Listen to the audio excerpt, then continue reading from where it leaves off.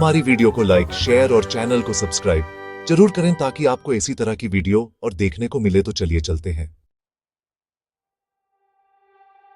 कभी आपने सोचा है, जब आप पार्क में या अपने घर में चुपचाप बैठे होते हैं तो क्या सच में सब कुछ शांत होता है? हमें लगता है कि हमारे पैरों के नीचे की जमीन एकदम स्थिर है, रुकी हुई है, वह कहीं नहीं जा रही, कहीं नहीं हिल रही।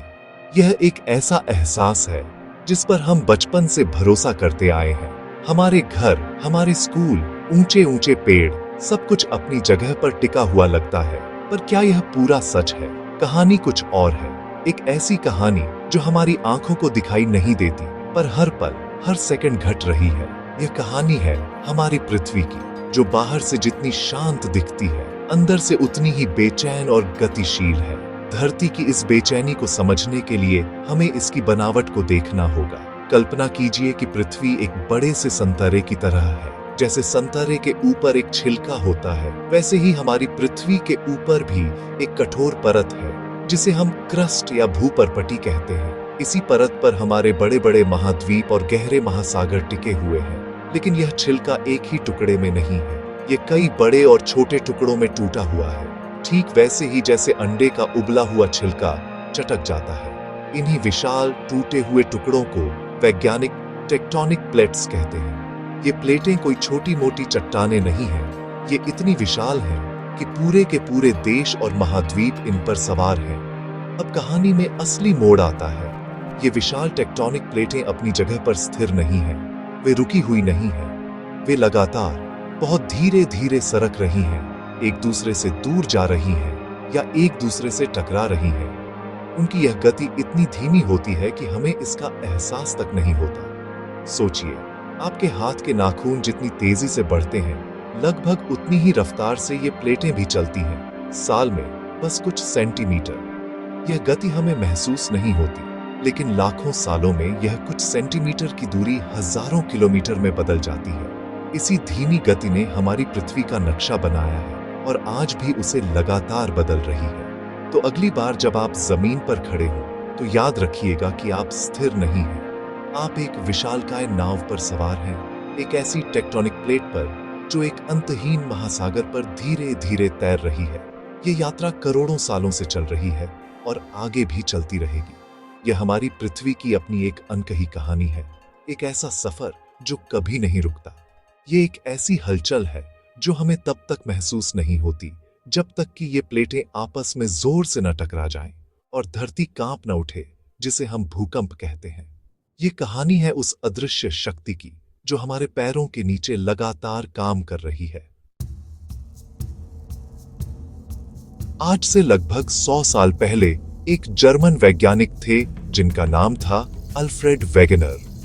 वेगेनर जब दुनिया का नक्शा देखते थे तो उन्हें एक अजीब सी बात नजर आती थी। उन्हें लगता था कि अगर दक्षिण अमेरिका और अफ्रीका के महाद्वीपों को पास लाया जाए तो वे एक दूसरे में बिल्कुल फिट हो जाएंगे, जैसे किसी पहेली के दो टुकड़े हों। यह सिर्फ एक संयोग नहीं हो सकता था। उन्होंने इस पर और खोज की और पाया कि अलग अलग महाद्वीपों पर मिलने वाले जीवाश्म और चट्टानें भी एक जैसी थीं। इससे उन्हें यकीन हो गया कि करोड़ों साल पहले ये सारे महाद्वीप एक दूसरे से जुड़े हुए थे। ये एक क्रांतिकारी विचार था जिसे उस समय किसी ने नहीं माना। वेगेनर ने अपने इस विचार को कॉन्टिनेंटल ड्रिफ्ट या महाद्वीपीय विस्थापन का सिद्धांत कहा। उन्होंने बताया कि आज से लगभग 20 से 30 करोड़ साल पहले पृथ्वी पर केवल एक ही विशाल महाद्वीप था। उन्होंने इसे पैंजिया नाम दिया, जिसका मतलब होता है संपूर्ण पृथ्वी। उस समय सारे महाद्वीप एक साथ एक बड़े भूभाग के रूप में जुड़े हुए थे और चारों ओर एक ही विशाल महासागर था।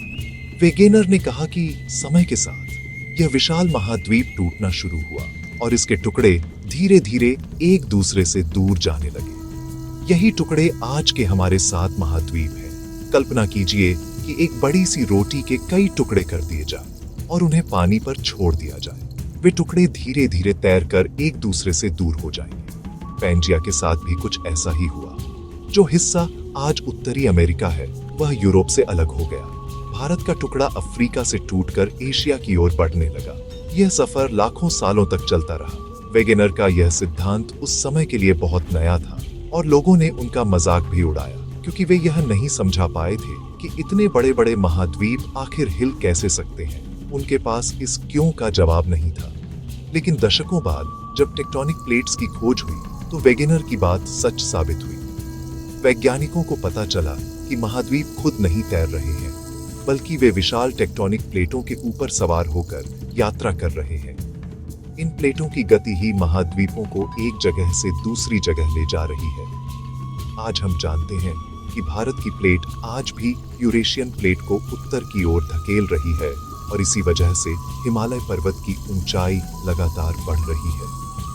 वेगेनर की कहानी हमें सिखाती है कि विज्ञान में कभी-कभी एक अकेला विचार भी दुनिया को देखने का हमारा नजरिया बदल सकता है।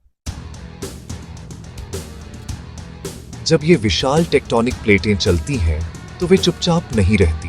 उनकी हर हलचल का धरती की सतह पर गहरा असर पड़ता है। जब दो प्लेटें एक दूसरे की ओर बढ़ती हैं और आपस में टकराती हैं, तो इमेंस दबाव पैदा होता है। इस टक्कर से जमीन ऊपर की ओर उठने लगती है, ठीक वैसे ही जैसे दो गाड़ियां टकराने पर मुड़ जाती हैं। लाखों सालों तक चलने वाली इसी प्रक्रिया से दुनिया के सबसे ऊंचे और विशाल पर्वतों का जन्म होता है। इसका सबसे बड़ा उदाहरण हमारा हिमालय पर्वत है। करोड़ों साल पहले भारत की प्लेट उत्तर की ओर बढ़ते हुए यूरेशियन प्लेट से टकराई। ये टक्कर इतनी जबरदस्त थी कि दोनों प्लेटों के बीच की जमीन ऊपर उठने लगी और दुनिया की सबसे ऊंची पर्वत श्रृंखला हिमालय का निर्माण हुआ। प्लेटों की हलचल सिर्फ पहाड़ ही नहीं बनाती, बल्कि यह ज्वालामुखी और भूकंप का भी कारण बनती है। दुनिया में एक जगह है जिसे पैसिफिक रिंग ऑफ फायर यानी प्रशांत अग्निवलय कहते हैं। यह प्रशांत महासागर के चारों ओर एक घोड़े की नाल जैसा क्षेत्र है, जहां दुनिया के सबसे ज्यादा ज्वालामुखी और भूकंप आते हैं। ऐसा इसलिए होता है क्योंकि यहाँ प्रशांत प्लेट कई दूसरी प्लेटों से मिल रही है। इन प्लेटों के किनारों पर एक प्लेट दूसरी प्लेट के नीचे खिसक जाती है। जब प्लेट नीचे पिघलते हुए मेंटल में जाती है, तो वहां बहुत ज्यादा गर्मी और दबाव से मैग्मा यानी पिघली हुई चट्टान बनता है। यह मैग्मा कमजोर जगहों से धरती की सतह पर फूट पड़ता है, जिसे हम ज्वालामुखी विस्फोट कहते हैं। प्लेटों की गति को समझने के लिए हमें उनके किनारों यानी बाउंड्री को समझना होगा। ये तीन तरह की होती है। पहली है कन्वर्जेंट बाउंड्री, जहां दो प्लेटें एक दूसरे से टकराती हैं। यहाँ पहाड़ बनते हैं, ज्वालामुखी फटते हैं और गहरे भूकंप आते हैं, जैसा हिमालय और रिंग ऑफ फायर में होता है। दूसरी होती है डाइवर्जेंट बाउंड्री, जहां दो प्लेटें एक दूसरे से दूर जाती हैं। जब प्लेटें दूर होती हैं, तो नीचे से मैग्मा ऊपर आकर नई जमीन बनाता है। ये प्रक्रिया ज्यादातर समुद्र के नीचे होती है, जहां नई समुद्री सतह का निर्माण होता है। तीसरी और आखिरी तरह की बाउंड्री है ट्रांसफॉर्म बाउंड्री।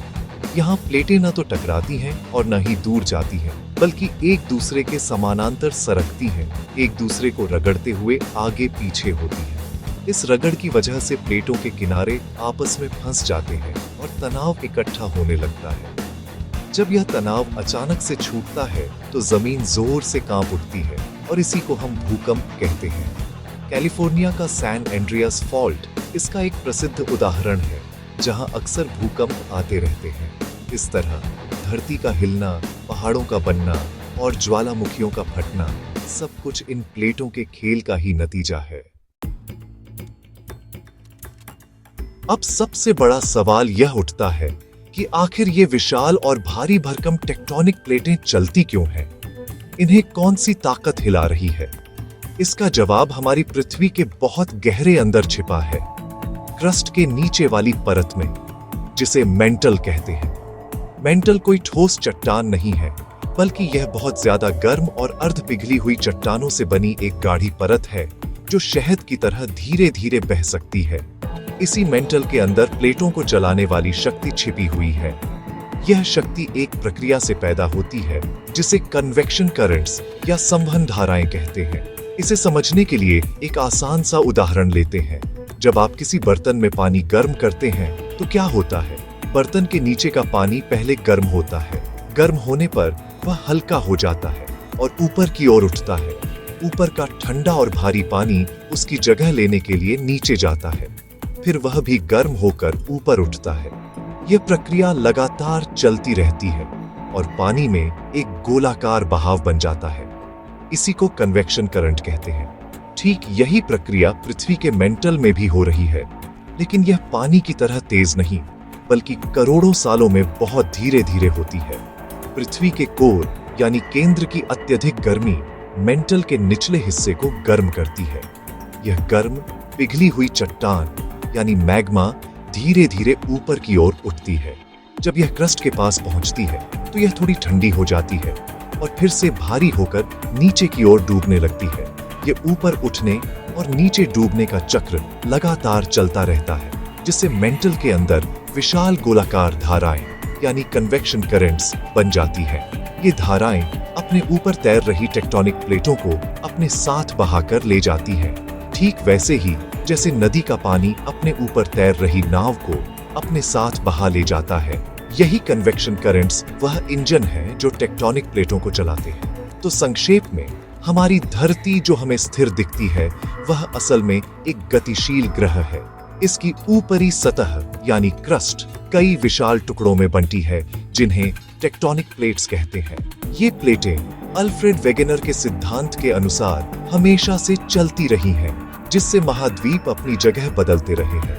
इन प्लेटों की गति का कारण पृथ्वी के मेंटल में बहने वाली कन्वेक्शन करंट्स हैं। जब ये प्लेटें टकराती हैं, दूर जाती हैं या एक दूसरे से रगड़ खाती हैं, तो हिमालय जैसे पहाड़, रिंग ऑफ फायर जैसे ज्वालामुखी और विनाशकारी भूकंप पैदा होते हैं।